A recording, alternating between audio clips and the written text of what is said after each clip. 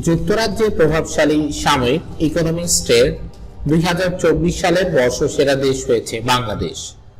গতকাল বৃহস্পতিবার ম্যাগাজিনটি বর্ষসেরা দেশের একটি তালিকা প্রকাশ করে, যেখানে শীর্ষস্থানে রয়েছে বাংলাদেশ। ম্যাগাজিনটির ওয়েবসাইটে লেখা আছে, আমাদের এবারের বর্ষসেরা দেশ বাংলাদেশ, যারা একজন স্বৈর শাসককে উৎখাত করেছে। এই অর্জনকে শিক্ষার্থীদের নেতৃত্বে গণ অভ্যুত্থানের মাধ্যমে একটি স্বৈরাচারী শাসন উচ্ছেদের প্রচেষ্টার স্বীকৃতি হিসেবে বর্ণনা করেছে দ্য ইকোনমিস্ট।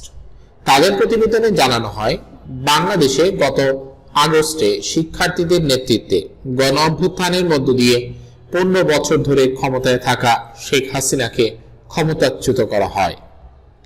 প্রতিবেদনে বলা হয়, দেশটির স্বাধীনতার নায়কের কন্যা শেখ হাসিনা এক সময় অর্থনৈতিক প্রবৃদ্ধির নেতৃত্ব দিয়েছিলেন তিনি। পরবর্তীতে কিভাবে তিনি দমনমূলক হয়ে ওঠেন, নির্বাচনে কারচুপি করেন, বিরোধীদের কারাগারে পাঠান এবং বিক্ষোভকারীদের ওপর নিরাপত্তা বাহিনীকে গুলি চালানোর নির্দেশ দেন, সেসব বিষয়ে উঠে এসেছে প্রতিবেদনে। দ্য ইকোনমিস্ট পরামর্শ দিয়েছে, 2025 সালে বাংলাদেশকে ভারতের সঙ্গে সম্পর্ক মেরামত করতে হবে।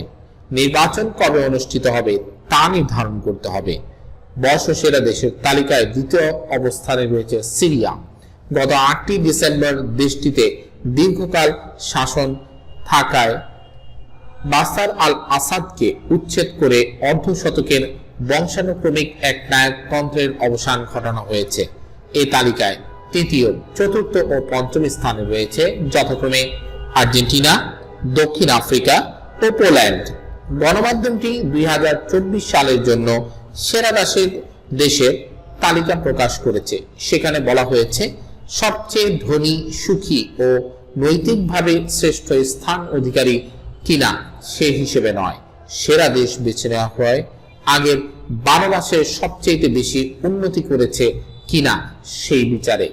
এবারে সেরা দেশ বেছে নেওয়ার ক্ষেত্রে চূড়ান্ত তালিকায় ছিল 5টি দেশ, বাংলাদেশ ছাড়াও সিরিয়া, আর্জেন্টিনা, দক্ষিণ আফ্রিকা, পোল্যান্ড।